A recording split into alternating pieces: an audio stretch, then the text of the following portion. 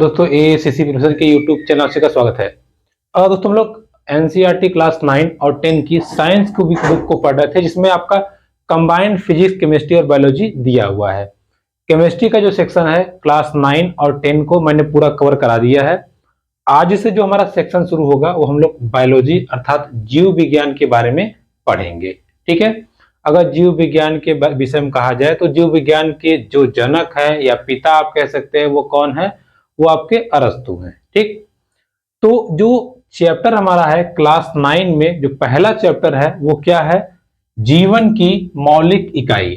तो जो हम आज पढ़ेंगे, जो चैप्टर पढ़ेंगे वो क्या है? जीवन की मौलिक इकाई। आज उसको हम लोग अच्छे से समझेंगे। चलिए शुरू करते हैं। देखिए, जीवन की चैप्टर है हमारा जीवन की मौलिक इकाई। जीवन की मौलिक इकाई। देखिए, अब जीवन की मौलिक इकाई को समझने से पहले हम कुछ चीजों को समझते हैं। जैसे अगर आपका कोई घर बन रहा है तो घर बनाते समय या घर बनते समय आपने देखा होगा कि ईंटों से, यानी कि एक ईंटे, दो ईंटे, तीन ईंटे, चार ईंटे, पांच ईंटे, छह ईंटे ऐसे रख रख के पूरी दीवार बन जाती है। या अगर एक हम लड्डू की बात करें, अगर आप लड्डू को मुक्का मार के फोड़ दीजिए तो उसमें से छोटे छोटे बूंदी मिलते हैं। कुछ इसी प्रकार से बॉडी का, हमारी बॉडी का, जीव जंतुओं के बॉडी का निर्माण होता है। लेकिन इसको सबसे पहले कार्क, एक लकड़ी होती है, इसको ध्यान रखे रहेगा, कार्क। ठीक है। ये बोतल में, जैसे जो शराब की बोतल होती है उस बोतल में ऐसे ढक्कन शेप में इसको लगाया जाता है। ठीक है। तो ये जो कॉर्क होता है, कॉर्क, इस लकड़ी से या कॉर्क को छोटे छोटे टुकड़ों में काट करके जब रॉबर्ट हुक, कौन? रॉबर्ट हुक, ध्यान समझिएगा, रॉबर्ट हुक ने जब इस लकड़ी को छोटे छोटे टुकड़ों में काट करके उन्होंने अपने सूक्ष्मदर्शी से देखा। जब उन्होंने सूक्ष्मदर्शी से देखा तो उनको कुछ इस टाइप की संरचना देखने को मिली। ठीक है। इस टाइप की उनको संरचना देखने को मिली और यहाँ बीच में ब्लैक ब्लैक ब्लैक ब्लैक था। ठीक है। क्या था? ब्लैक ब्लैक ब्लैक था। तो इन्होंने क्या किया, कटिया लगा के इस सेक्शन को पूरा बाहर खींच दिया। जैसे ही इन्होंने इसको बाहर खींचा तो इस टाइप का कुछ आ गया, इस टाइप का कुछ शेप आ गया। और इसी का उन्होंने क्या नाम रखा? इसका उन्होंने नाम रखा कोशिका। क्या नाम रखा? कोशिका। चूंकि इन्होंने जबरदस्ती खींच लिया था तो ये कोशिका क्या हो गई? मर गई। क्या हो गई? मर गई। ठीक है। तो सर्वप्रथम कोशिका की खोज किसने की थी? रॉबर्ट हुक ने। कैसे? कार्क के लकड़ी से या कार्क लकड़ी से उन्होंने कोशिका की खोज की। क्योंकि कटिया मार के खींच लिए थे तो इसलिए मरी हुई कोशिका की खोज किसने की थी, या मृत कोशिका की खोज किसने की थी? रॉबर्ट हुक ने। रॉबर्ट हुक ने। बाद में एक और साइंटिस्ट आते हैं, लुवेनहॉक, जिन्होंने तालाब में स्वतंत्र और जीवित कोशिका की खोज की थी। तो इस टॉपिक से ये दो पॉइंट आप ध्यान रखे रहिएगा। हमने क्या समझा? रॉबर्ट हुक ने कोशिका की खोज की थी। ठीक है। कोशिका आपका लैटिन वर्ड है, लैटिन वर्ड है जिसका अर्थ होता है छोटा छोटा कमरा। क्या होता है? छोटा कमरा। ठीक है। कोशिका की खोज किसने की थी? रॉबर्ट हुक ने। कैसे किया था उन्होंने? रॉबर्ट हुक ने कार्क, जो पेड़ की छाल से बनता है, उससे इन्होंने इस संरचना को देखा और उन्होंने इसको पकड़ के खींच लिया। इसलिए मरी हुई कोशिका मिली और मरी हुई कोशिका की खोज का जनक किसको कहा जाता है? रॉबर्ट हुक को। अब अगर आप इस संरचना को देख पा रहे होंगे तो आपको मिलता जुलता कुछ समझ में आ रहा है। देखिए, यानी कि ये संरचना कुछ रिसेंबल लग रही है मधुमक्खी के छत्ते जैसी, मधुमक्खी के छत्ते जैसी। ठीक है। तो एक तरह से आप कह सकते हैं जो कार्क लकड़ी होती है उसकी जो संरचना थी, इसको जब माइक्रोस्कोप से जूम करके देखा गया तो मधुमक्खी के छत्ते जैसा दिख रहा था और वहीं से उन्होंने कोशिका की खोज की थी। किसने? रॉबर्ट हुक ने। ठीक है। तो रॉबर्ट हुक ने किसकी खोज की थी? कोशिका की खोज किसने की थी भैया? रॉबर्ट हुक ने। चलिए अब कोशिका हमारे पास आ चुकी है और कोशिका क्या है इसके विषय में हम पढ़ेंगे, साथ ही साथ ये समझेंगे कि कोशिका की क्या इंपॉर्टेंस है। देखिए कोशिका जो है, चूंकि इन्होंने कहा था कि भाई अगर हम देखें हमारा जो घर बनता है घर, तो घर से पहले क्या बनती है, दीवार बनती है। ठीक है, दीवार से पहले क्या बनता है हमारा, दीवार से पहले हमारा ईंट लगता है। ठीक है, ईंट लगता है। ऐसे ही अगर मोटा मोटा एग्जांपल समझे तो लड्डू। ठीक है, लड्डू से पहले क्या बनेगा, बूंदी। ठीक है, बूंदी, और इससे फिर वही छोटे छोटे लड्डू, यानी कि एकदम छोटे, जैसे अगर ये लड्डू है इसको कूच दीजिए तो ऐसे छोटे छोटे छोटे छोटे आपको गोल गोल बन जाएंगे। तो यही जो छोटे छोटे गोल गोल हैं, इन्हीं को उन्होंने या इनके जैसे ही उन्होंने बताया कि कोशिकाओं का निर्माण होता है। ठीक है, इसको आप ध्यान रखिएगा। चलिए, तो इन्होंने कहा कि जीवन की या जीवों की सबसे छोटी जो इकाई है वो क्या है, कोशिका है या सेल है। ठीक है, ये क्या है, सबसे छोटी क्या है, इकाई है। अब ये ध्यान रखिएगा, ये छोटा अंग नहीं होता, कोशिका छोटा अंग नहीं होता। कोशिका क्या है, जीवन की या जीव की मूलभूत इकाई है। जीव की मूलभूत इकाई क्या है, कोशिका है। जीव की मूलभूत इकाई क्या है, कोशिका है। क्लियर। देखिए अब कोशिका के विषय हमने समझ लिया। अब देखिए कोशिका के विषय में कुछ चीजों को और जानना जरूरी है। जैसे अब पूछा आपसे, एग्जाम में पूछ लेता है कि सबसे बड़ी कोशिका कौन सी है। तो सबसे बड़ी कोशिका की बात करें तो शुतुरमुर्ग का अंडा होता है। ठीक है, क्या होता है, शुतुरमुर्ग। देखिए शुतुरमुर्ग का अंडा, शुतुरमुर्ग का जो अंडा होता है ये सबसे बड़ी कोशिका होती है। क्या होती है, सबसे बड़ी कोशिका। ठीक है, सबसे बड़ी कोशिका क्या होती है, शुतुरमुर्ग का अंडा। ये आप ध्यान रखे रहिएगा, शुतुरमुर्ग का जो अंडा है वो सबसे बड़ी कोशिका है। इसके बाद में सबसे छोटी की बात करें तो माइकोप्लाज्मा। माइकोप्लाज्मा, माइकोप्लाज्मा क्या है, सबसे छोटी कोशिका है। सबसे बड़ी कोशिका क्या है, शुतुरमुर्ग का अंडा। सबसे छोटी कोशिका क्या है, माइकोप्लाज्मा। मानव में बात करें तो मानव में बात करें तो शुक्राणु। शुक्राणु, ठीक है, शुक्राणु क्या है, सबसे छोटी कोशिका है। और वही अंडाणु कहें तो अंडाणु क्या है, सबसे बड़ी कोशिका है। इसको आप ध्यान रखिएगा, कभी कभार एग्जाम में पूछ लेता है तो थोड़ा सा कोशिका से रिलेटेड हमने आपको समझा दिया। चलिए अब हम पुनः आते हैं अपने टॉपिक कोशिका पे। अच्छा, एक कोशिका को तो हमने समझ लिया कि ये यार ये कोशिका होता है। अब हम समझते हैं कि क्या, जैसे अब एक कोशिका हो गई बहुत छोटी होती है, एकदम छोटी कोशिका को जब हमने जूम करके देखा तो देखा हमने एकदम एक जैसी है, एकदम वैसे थोबड़ा उसका है, सेम हाथ पैर है, मतलब एक कोशिका एक जैसी है। तो जब एक कोशिका एक जैसी होती है उसमें और कुछ नहीं होता, वही कोशिका अपना खाना बनाती है, वही कोशिका अपने से भरण पोषण कर लेती है, वही कोशिका आवश्यकता अनुसार पदार्थ ले लेती है, फेंक देती है बाहर, अर्थात पूरा काम स्वयं से जब करती है तो उसको हम क्या कहते हैं, उसको कहते हैं एक कोशिकीय, एक कोशिकीय जीव या एक कोशिकीय जंतु। जैसे कि आपका एक कोशिकी में है आपका amoeba, amoeba, paramecium, paramecium, paramecium और बैक्टीरिया, बैक्टीरिया। ठीक है, अर्थात इनमें कोई अंग नहीं होता, कोई कोशिकांग, मतलब एक ही है, जो सब कुछ है सब एक है, एक कोशिकीय। मतलब अगर लाल है तो लाल है, पीला है तो पीले, काला है तो काले। ठीक है, एग्जाम्पल बता रहे हैं आपको। अर्थात इन जीवों में या ये जो छोटे छोटे जीव होते हैं इनमें और कोशिका होती ही नहीं है, केवल एक ही होती है। तो एक कोशिकीय जीवों को हम क्या कहते हैं, या एक कोशिकीय जो जीवों के एग्जाम्पल है अमीबा, पैरामीशियम और बैक्टीरिया। ठीक है, लेकिन कुछ जीव ऐसे भी हैं जिनका निर्माण ऐसे एक कोशिकीय एक एक करके लाखों करोड़ों कोशिकाओं को मिला के होता है, तो उनको हम कहते हैं बहुकोशिकीय। क्या कहते हैं, बहुकोशिकीय। जैसे पादप हो गया मतलब पेड़ पौधे, जंतु हो गए, जंतु जानते हैं मानव, जंतु में जो मानव आ जाएगा और ये जानवर भी आ जाएंगे। उसके बाद कवक, ठीक है, कवक मतलब फंजाई, फंगस वगैरह, ठीक। तो ये हो गए बहुकोशिकीय।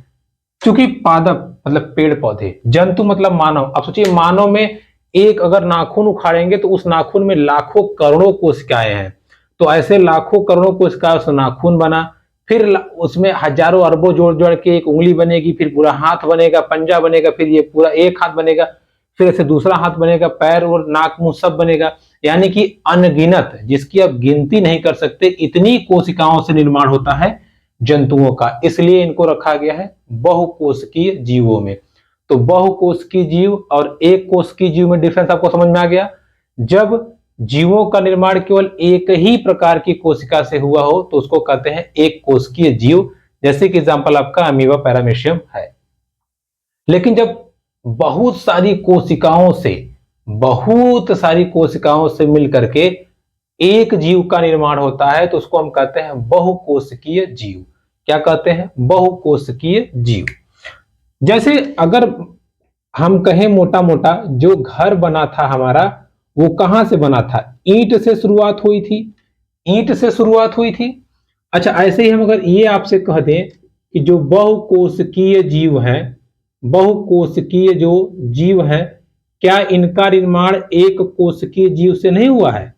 आप ही बताइए भाई। जैसे ईंट ईंट ईंट से दीवार, दीवार से घर, वैसे ही एक एक एक एक एक कोशिका से हाथ, फिर दूसरा हाथ, तीसरा हाथ, फिर पूरा पूरा आदमी। तो मोटा मोटा हम कह सकते हैं कि जो पुरानी कोशिका है या पूर्ववर्ती कोशिकाएं जो होती हैं, इनको कहते हैं पूर्ववर्ती। पूर्ववर्ती कोशिकाओं से ही बहुकोशिकी या बहुकोशिकी जीवों का निर्माण होता है, या बहुकोशिकी या बहुकोशिका बनती है। अर्थात पुरानी पुरानी कोशिका ऐसे जुड़ती चली जाएंगी, जुड़ती चली जाएंगी, जुड़ते जुड़ते जुड़ते तो नया बन जाएगा। ठीक है, तो ये आप ध्यान रखे रहिएगा। क्लियर हो गया? तो अब तक हमने क्या सीखा, कोशिकाओं के बारे में थोड़ा बहुत सीखा, कैसे कोशिकाएं बनती हैं उसको सीखा हमने, एक कोशिकी क्या होते हैं और बहुकोशिकी क्या होते हैं, इतना हमने समझा। ठीक है, कॉपी लेकर नोटबुक मतलब नोट करते जाइएगा। बाकी आपको पीडीएफ चाहिएगा तो हम आपको अवेलेबल करा देंगे। देखिए, अच्छा चलिए, रॉबर्ट हुक ने खोज कर दिया और हमने ये भी जान लिया कि कोशिकाएं क्या होती हैं वगैरह वगैरह। अब देखिए, कोशिकाओं से संबंधित थोड़ी बहुत चीजें हैं, उसको समझ लेते हैं, फिर हम आगे बढ़ते हैं। देखिए, अगला टर्म है हमारा कोशिका के अंग। देखिए, यहां से प्रश्न आपको खूब दबा के पूछता है एग्जाम में, तो इसको हम ध्यान से समझेंगे और कोशिका के अंगों को भी पढ़ेंगे। जैसे मैंने अभी आपको बताया, जो एक कोशिकीय जीव हैं वो तो अपना काम सब कर लेते हैं, लेकिन जो बहुकोशिकीय जीव हैं जैसे मानव, जो बहुकोशिकीय जीव हैं जैसे मानव, मानव पहला इसका ब्रेन है। ठीक है, अब ब्रेन क्या करता है, ब्रेन कहता है हाथ से कि चलो पानी उठाओ, तो ऐसे हाथ पानी उठा कर आपको दे देगा। लात को कहेगा बार, उसको एक लात, लात उसको एक लात पीट देगा। जवान से कहे उसको गरिया दो तो गरिया देगा। आंख से कहे घिउर दो तो घिउर देगा। अर्थात ब्रेन इन सब को कंट्रोल कर रहा है। अच्छा, आंख को कंट्रोल कर रहा है तो आंख में लाखों करोड़ों सेल है, यानी कि उन कोशिकाओं को भी कंट्रोल कर रहा है मोटा मोटा देखा जाए। हाथ से कह रहा है तो हाथ को कंट्रोल कर रहा है, मतलब यहां बहुत सारी कोशिकाएं हैं, इनको कंट्रोल कर रहा है। अर्थात जो माइंड है तमाम प्रकार की कोशिकाओं को कंट्रोल कर रहा है। तो एक तरह से अगर हम मोटा मोटा समझे तो कोशिकांग भी होते हैं, जैसे हमारे शरीर के अंग हैं, वैसे ही एक बड़ी कोशिका के या बहुकोशिका के बहुत सारी कोशिकाएं होंगी, तो उन्हीं को हम क्या कहते हैं, कोशिकांग। क्या कहते हैं, कोशिकांग। यानी कि कोशिका के अंगों को हम क्या कहते हैं, कोशिकांग। क्या कहते हैं, कोशिकांग। अब वही हमको समझना है। देखिए, समझते हैं मोटा मोटा। सबसे पहले देखिए, कोशिकांग में जो पहला आता है वो हमारा है प्लाज्मा झिल्ली। प्लाज्मा झिल्ली, झिल्ली, या इसी को कहते हैं कोशिका झिल्ली। क्या कहते हैं, कोशिका झिल्ली। अच्छा, अब ये होता क्या, ध्यान समझिए। देखिए हम आपको एक रफली डायग्राम से बताएंगे, यहीं से आपको समझ में सारी चीजें आने लगेंगी। देखिए कोशिकांग यानी कि कोशिका झिल्ली होती क्या है। देखिए कोशिकांगों का बाहरी आवरण या ऐसी झिल्ली जो कोशिका की सुरक्षा करती है उसको क्या कहते हैं, कोशिका झिल्ली कहते हैं, या सेल मेम्ब्रेन कहते हैं, या प्लाज्मा मेम्ब्रेन कहते हैं। मेम्ब्रेन मतलब झिल्ली। तो भाई सीधी सीधी बात है ना, झिल्ली झिल्ली मतलब ये जो घेरा हुआ है, ठीक है, चारों तरफ। जैसे मान लीजिए अगर ये मार्कर है, ठीक है, ये मान लीजिए है कोशिकांग, अब इसके चारों तरफ अगर हम कवर लगा दें तो वो क्या हो जाएगी, झिल्ली हो जाएगी। ठीक है, क्या हो जाएगी, झिल्ली हो जाएगी। ठीक, अब मान लीजिए इसमें एक्स वाई जेड कुछ भी है, ये कोशिका के अंग है और इनको चारों तरफ से ये घेरा हुआ है, तो क्या हो जाएगा, कोशिका झिल्ली। तो क्या कोशिका झिल्ली का इतना ही काम होता है, केवल सुरक्षा देती है? नहीं। देखिए बाहर से क्या भोजन आएगा, अंदर से क्या चीजें बाहर जाएंगी, इसका भी डिसाइड कौन करता है, कोशिका झिल्ली, या कोशिका झिल्ली के थ्रू ही जाते हैं। जैसे झिल्ली, अगर हम आपसे झिल्ली कह दें, एक मोटा कपड़ा, जैसे ये कपड़ा है, ये कपड़ा, ठीक है, ये भी झिल्ली जैसा है, क्योंकि इस कपड़े से अगर आप ऐसे देखेंगे तो आपको आर पार दिखेगा, छोटा छोटा दिखेगा, तो इसीलिए इसका नाम रखा गया झिल्ली। अरे कोशिका दीवार भी तो बोल सकता था, क्यों नहीं बोला? क्यों? क्योंकि इस झिल्ली के थ्रू, इस झिल्ली के थ्रू कुछ चीजें, सब चीजें नहीं, कुछ चीजें उस तरफ भी जा सकती हैं और इस तरफ भी आ सकती हैं। जैसे कि ऑक्सीजन हो गया, जैसे कि कार्बन डाइऑक्साइड हो गया। तो कुछ गैसें और जल कोशिका झिल्ली के आर पार आ सकते हैं, जा सकते हैं, आ सकते हैं, जा सकते हैं। फॉर एग्जाम्पल हम समझा रहे हैं, जैसे मान लीजिए अब ये कोशिका है, इसमें मान लीजिए मोटा मोटा पानी 1 लीटर है, लेकिन आपने इसको डुबो दिया पानी में और यहां पानी हो गया 5 लीटर, है ना, पानी हो गया 5 लीटर। तो ये पनिया क्या करेगा, ढकेल ढकेल ढकेल ढकेल कोशिकाओं में भर जाएगा, और जब कोशिकाओं में भर जाएगा तो ये कोशिका क्या होगी, मोटा जाएगी। क्या होगी, मोटा जाएगी। यही कारण है कि जब कोई व्यक्ति पानी में डूब जाता है तो फूल जाता है ना, क्योंकि उसकी एक एक कोशिका पानी चूस लेती है। जब पानी चूस लेगी तो वो उलट जाएगा, ठीक है, मरमरा जाएगा। ठीक, तो इस घटना को हम क्या कहते हैं, परासरण कहते हैं। ये आप ध्यान रखिएगा, परासरण। परासरण के थ्रू ही क्या होता है कि कोशिका जो है वो पानी सोख लेती है और हो जाती है। क्लियर? अच्छा, आपने ये तो समझ लिया कि भैया अगर हम इसको ज्यादा पानी में रख देंगे तो पनिया ये चूस के मोटी हो जाएगी। लेकिन अगर मान लीजिए हम इसको किसी ऐसे इलाके में रख दिए जहां पानी है ये नहीं है, आधा लीटर है, तो अब क्या होगा, तो ये अब अपना पानी बाहर निकाल देगी, अपना पानी बाहर निकाल देगी और धीरे धीरे कोशिका क्या होगी, सिकुड़ जाएगी, सिकुड़ जाएगी, सिकुड़ जाएगी। तो इसको भी कहते हैं अति परासरण। ठीक है, ज्यादा परासरण हो गया। क्लियर हुआ? तो इस प्रकार हमने इन सब एग्जाम्पल से या उदाहरणों से यह समझा कि कोशिका जो झिल्ली होती है वो केवल सुरक्षा नहीं करती, भोजन के, जल के, हवा के आने जाने वाले रास्तों को भी क्लियर करती है, और ये दिखाती है कि कैसे भोजन जाएगा और कैसे अंदर आएगा। क्लियर? तो ये इतनी बात हो गई किसकी, कोशिका झिल्ली की। किसकी? कोशिका झिल्ली की। अच्छा चलिए आगे बढ़ते हैं, दूसरा टर्म हम समझते हैं। देखिए अब ये तो बात हो गई इसकी, जैसे हम लोग की स्किन ये है, कोई सुई चुभेगा 2 थबड़िया देंगे, हरामखोर कहेगा सुई चुभाता हमको, ठीक है, या कोई कुछ करेगा, या मान लीजिए आग से लगा, टच हो जा रही, हो गया, जल गया, ठीक। लेकिन पेड़ पौधों का क्या है, अगर आप पेड़ पौधे को कभी टंगारी मार दीजिए तो उसका बोकला नुकुल जाता है ना, उसकी जो छाल है नुकुल जाती है।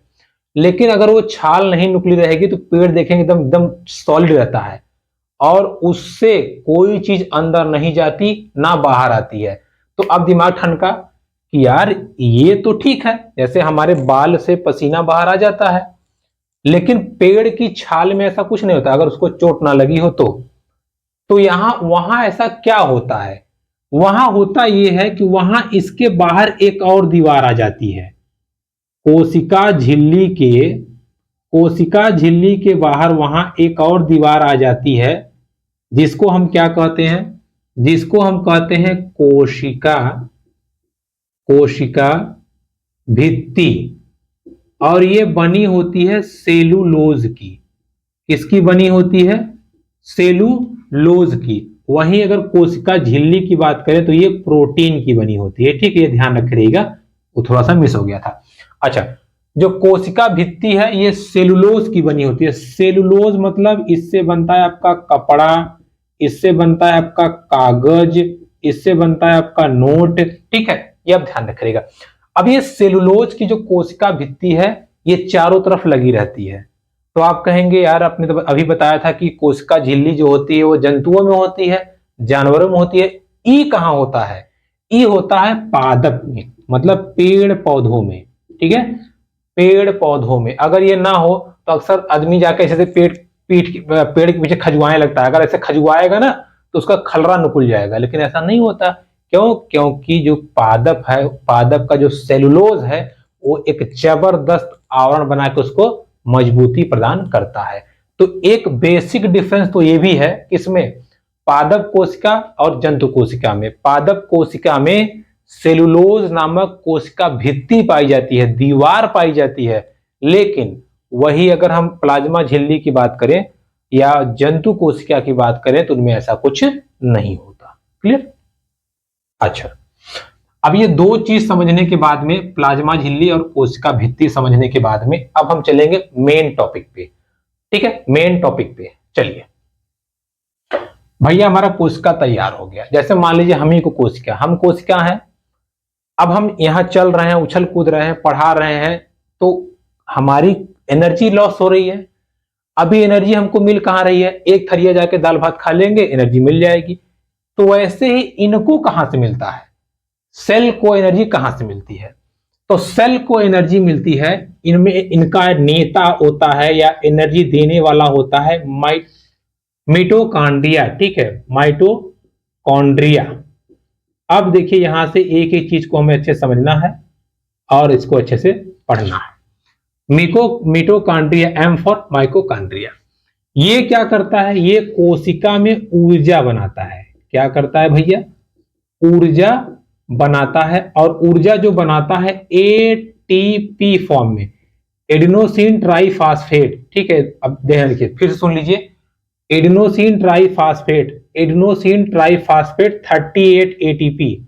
ठीक है, अब ये क्या है ये हम जब चैप्टर यहां पहुंचेंगे समझाएंगे। अभी आप बस मोटा मोटा पढ़ के समझ जाइए ताकि कंफ्यूज ना होइए।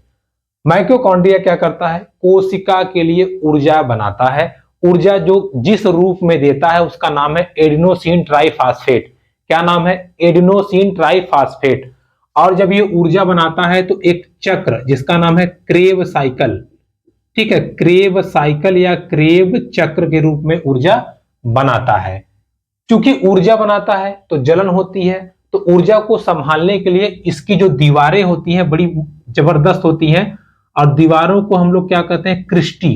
क्या कहते हैं? क्रिस्टी। ठीक है, मिटोकॉन्ड्रिया क्या करता है? कोशिका के लिए ऊर्जा बनाता है, एडिनोसिन ट्राइफॉस्फेट के रूप में ऊर्जा बनाता है। और ये ऊर्जा किसी न किसी तरीके से कोशिका को डिस्ट्रीब्यूट कर देता है या कोशिका को दे देता है। इसीलिए इसको क्या कहा गया है? Power house of cell. Power house of cell यानी कि ऊर्जा घर, ऊर्जा घर। ठीक है, कोशिका जब ढुलमुल हो जाएगी तो इसको ये मिटोकॉन्ड्रिया कहेगा काहे ढुलमुल हो, हम है ना, लो ऊर्जा, लो ऊर्जा मतलब एक तरह से भोजन दे देता है। चलो, भोजन का काम तो हो गया। अब इसके बाद दूसरा जो कोशिकांग आता है वैक्यूल्स। ठीक है, वैक्यूल्स मतलब होता है रसधानियां। वैक्यूल्स मतलब होता है रसधानियां। ठीक है, वैक्यूल्स मतलब होता है रसधानियां।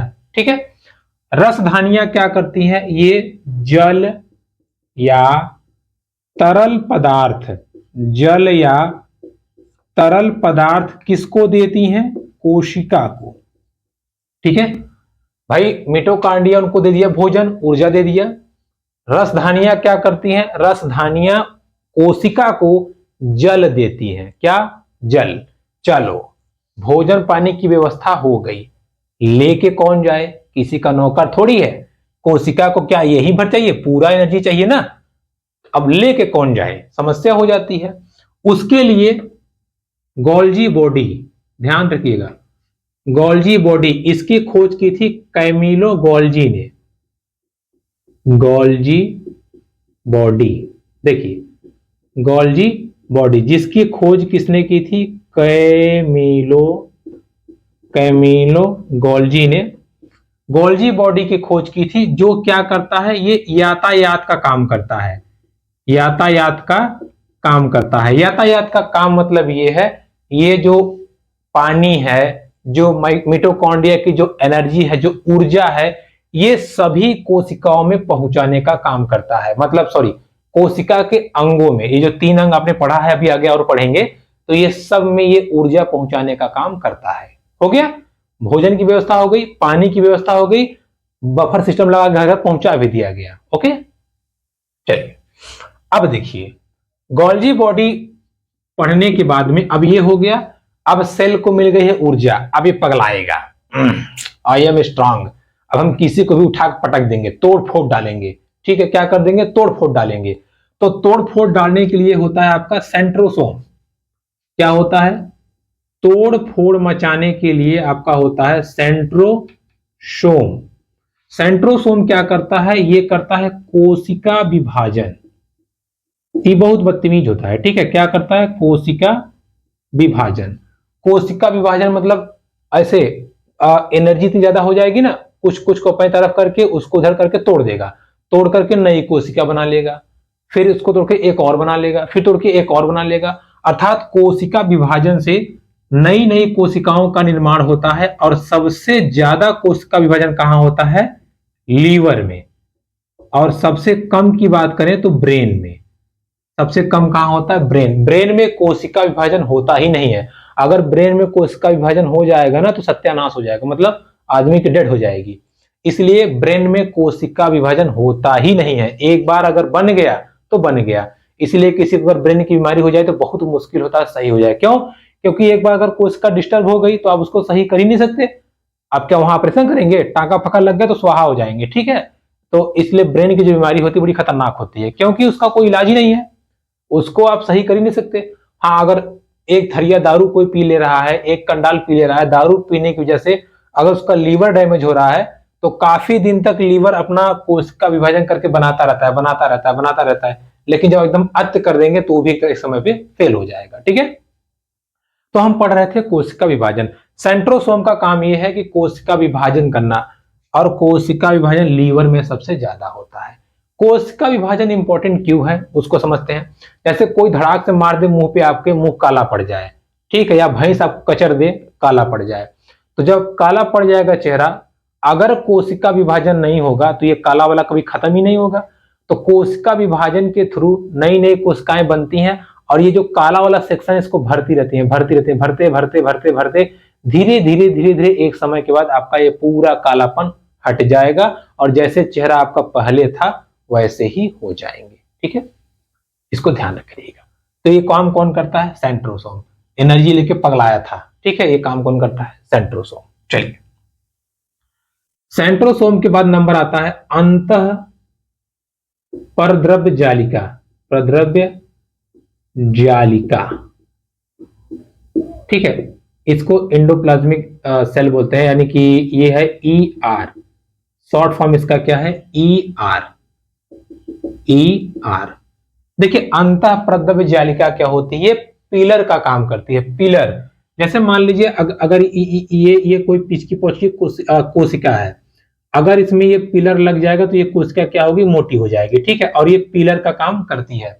यानी कि अंतः परद्रव्य जालिका कोशिका के आकार को डिफाइन करती है। जैसे भाई हम कहते हैं हमारा हाथ ऐसे है, हाँ, अगर यही मायका ऐसे खड़ा हो जाए तो हमारा हाथ ऐसे हो जाएगा, बीच में जगह आ गया ना, ऐसे हो गया, देखिए शेप मिल गया एक को।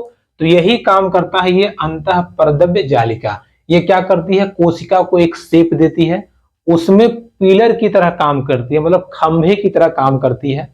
अब इसका 2 सेक्शन होता है।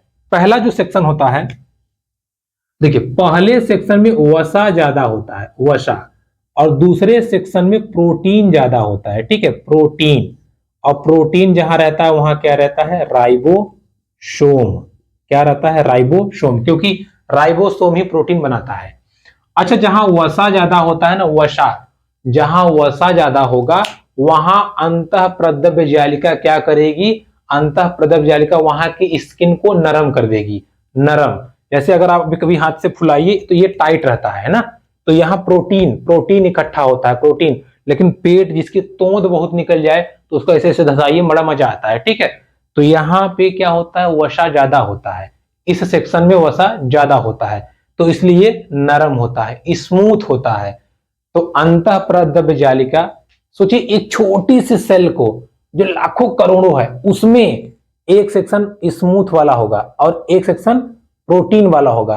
अब अगर कोई चना खा रहा है, प्रोटीन खा रहा है, तो उसका प्रोटीन वाला हिस्सा मजबूत हो जाएगा। जब वो हिस्सा मजबूत हो जाएगा तो वो पहलवान बॉडी बिल्डर बन जाएगा, खली बन जाएगा।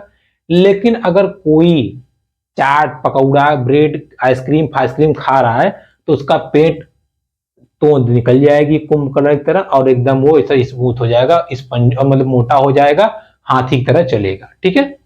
तो ये बात हो गई अंतःप्रद्रव्य जालिका की, इसका काम क्या है आप समझ गए, ठीक है, स्मूथ करना और प्रोटीन को मतलब की क्या स्टोर करना। चलिए अब देखिए इसमें हम एक टर्म हमने समझा राइबोसोम, अगला हमारा यही है राइबोसोम। राइबोसोम क्या करता है इसको हम समझते हैं, इसका इसके साथ अच्छा एक लाइन और आ जाएगा, देखिए राइबोसोम। राइबोसोम का काम है प्रोटीन को बनाना। क्या करता है भैया, ये प्रोटीन बनाता है, प्रोटीन ये बनाता है। कैसे बनाता है समझते हैं। देखिए एक प्रोटीन बनने के लिए, ठीक है, देखिए अच्छा इसको मिटा देते हैं, स्क्रीनशॉट लेना ले लीजिएगा फिर इसको मिटाएं हम, ठीक है, इसका स्क्रीनशॉट लेना है ले लीजिए, फिर हम इसको अच्छे से समझाएं, मतलब इसको आगे से अच्छे से बताएं। देखिए चलिए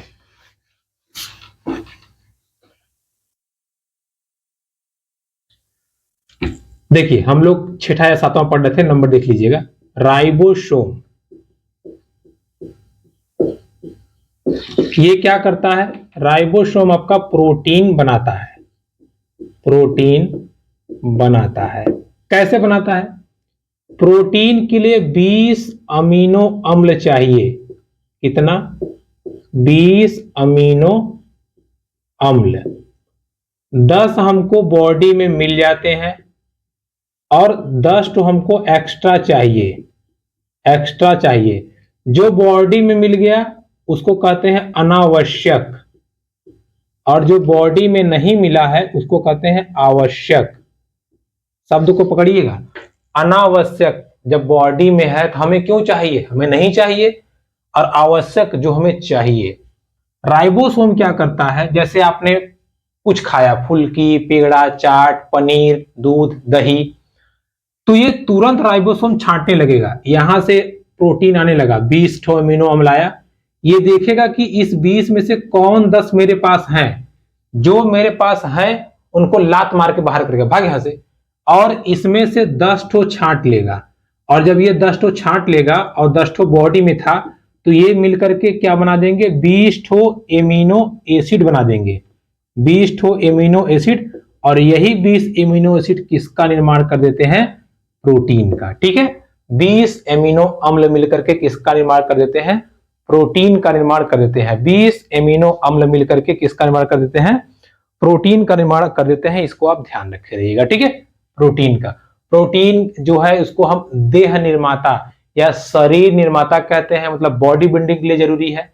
जैसे जो नवजात बच्चा होता है उसकी हड्डियां कमजोर होती हैं तो उसको प्रोटीन ज्यादा चाहिए, और जो बुढ़ाके होते हैं जो बुढ़ा गए हैं उनकी भी हड्डियां कमजोर हो जाती हैं, इसलिए बच्चों को और बूढ़ों को प्रोटीन की बहुत ज्यादा जरूरत होती है, प्रोटीन की बहुत ज्यादा जरूरत होती है, ठीक है। इसको आप ध्यान रखिएगा, बच्चों को और बूढ़ों को प्रोटीन की बहुत ज्यादा जरूरत होती है, ठीक है, प्रोटीन की बहुत ज्यादा जरूरत होती है, इसको आप ध्यान रखिएगा, बच्चों को और बूढ़ों को, ठीक है।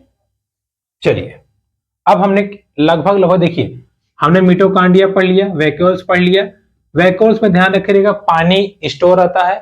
आपकी बॉडी में अगर पानी 1% कम हुआ तो आपको बहुत प्यास लगेगी, बहुत ज्यादा ही, और 10% कम हो गया तो एकदम में प्यास लग जाएगी, मतलब टिकट कट जाएगा, ठीक है, मतलब स्वाहा। उसके बाद हमने गोल्जी बॉडी पढ़ा, हमने सेंट्रोसोम पढ़ा, हमने ईआर यानी कि एंडोप्लाज्मिक रेटिकुलम पढ़ा, और उसके बाद में आपका हमने राइबोसोम पढ़ा। अब हम पढ़ने जा रहे हैं किसको? एल को। एल मतलब होता है लाइसोसोम। क्या होता है? एल मतलब लाइसोसोम। देखिए लाइसोसोम का क्या काम है। लाइसोसोम के डब्बे में हाइड्रोलाइटिंग एंजाइम होता है, हाइड्रोलाइटिंग एंजाइम, ठीक है, हाइड्रोलाइटिंग एंजाइम होता है, ठीक है। अभी इसको हम हाइड्रोलाइटिंग एंजाइम होता है, इसको हम समझाते हैं अभी एक टर्म के बाद में। लास्ट में हमारा आता है न्यूक्लियस यानी कि केंद्रक। न्यूक्लियस यानी कि केंद्रक, जो इन सब को कंट्रोल करके रखता है। केंद्रक क्या करता है? इन सब को कंट्रोल करके रखता है। अच्छा मान लीजिए कभी केंद्रक कहा माइक्रोकांड्रिया, चलो एनर्जी बनाओ। माइक्रोकांड्रिया का तुम्हारा कर्जा खाए, क्या बनाया? नहीं बनाएंगे। वैक्यूल से कहा तुम पानी दो, नहीं देंगे। इससे न्यूक्लियस से कहा, न्यूक्लियस ने गोल्जी बॉडी से कहा अरे यार जाओ पानी एनर्जी लेके आओ, कहा हम कहां से लेके आए? वो लोग बना रहे, कहां से लेके आए? बकवास कर रहे हो। यानी कि इन सब लोगों ने मिलकर बगावत कर दिया, हम काम नहीं करेंगे। तो न्यूक्लियस कहता है नहीं करोगे, बताते हैं तुम लोग को। ये कहता है कि इसको लाइसोसोम से जरा अपना बंदूकवा निकालो। तो लाइसोसोम क्या करता है पता है? ये जो हाइड्रोलाइटिंग एंजाइम है ना, अपने पेट को फट से फाड़ देता है। अपने जब पेट को फाड़ देगा तो हाइड्रोलाइटिंग एंजाइम धड़ाक से पड़ेगा और पूरी कोशिका का सत्यानाश कर देगा, मतलब पूरी कोशिका भ्रष्ट कर देगा, मार डालेगा। सोचिए अपनों मरा, दूसरे को लेके भी मरा। तो इसीलिए लाइसोसोम को कहा जाता है आत्मघाती थैली। क्या कहा जाता है? आत्मघाती थैली। सोचिए खुदो मरा, दूसरों को लेके मर गया। लाइसोसोम क्या करता है? आत्मघाती थैली। आत्मघाती थैली, ठीक है, आत्मघाती थैली। तो इस प्रकार आपने कोशिका के सभी अंगों को सही से समझ लिया। माइक्रोकॉन्ड्रिया क्या होता है आपने देखा, वैक्यूल्स क्या होता है, ईआर क्या होता है, सेंट्रोसोम क्या होता है, लाइसोसोम क्या होता है, केंद्रक क्या होता है, साथ ही साथ इनके कार्यों को भी आपने देखा। और उसके बाद में आपने ये भी देखा कि इनको हम किस नाम से और जानते हैं और इनका क्या कार्य है, ठीक है। अब देखिए इस चीज को समझने के बाद में अब हम आपको एक क्वेश्चन दे रहे हैं, उसको आप सोचिए, खुद आप लॉजिक लगाएंगे तो आपको समझ में आने लगेगा। देखिए हमने आपको क्या बताया था? हमने आपको बताया था कि कोशिका में पानी भरा होता है। क्या भरा होता है? पानी। मान लीजिए ये क्या है? ये न्यूक्लियस है, ठीक है, इसमें ऐसे से पानी भरा है, तो इसको हम क्या कहते हैं? इसको हम कहते हैं कोशिका द्रव्य। क्या कहते हैं भैया? कोशिका द्रव्य। और अब देखिए ध्यान समझिएगा, जब लाइसोसोम ब्लास्ट किया, जब लाइसोसोम यानी कि एल, जब एल ब्लास्ट किया, जब एल ब्लास्ट किया पूरा सत्यानाश कर दिया, खत्म, कोशिका खत्म हो गई। लेकिन अब आप कहेंगे कैसे ब्लास्ट किया? जैसे जब कोई आपको धपाक से मारता है ना, धड़ाक से जब मारेगा, मुक्का यहां धड़ाम से पड़ेगा तो ये इसके जो पार्टिकल्स हैं आपस में भिड़ जाएंगे, है ना, आपस में भिड़ जाएंगे, तब तो ये तुरंत ब्लास्ट कर देना चाहिए। उसी को बचाने के लिए देखिए, उसी को बचाने के लिए जैसे ये माइक्रोकांड्रिया हो गया, ये जी हो गया, ये वी हो गया, ये ई आर हो गया, ये आर हो गया, ये एल हो गया। अब देखिए इसमें भरा हुआ है जहर, धड़ाम से जब मारेंगे तो फूट जाएगा, फूट जाएगा ना। जैसे अगर हम आपसे कह दें कि कांच की बोतल को बल्ब बैग में भर के लाइए तो फूट जाएगा, लेकिन आप उसी कांच की बोतल को एक बाल्टी में पानी भर के लाइए तो कुछ नहीं होगा।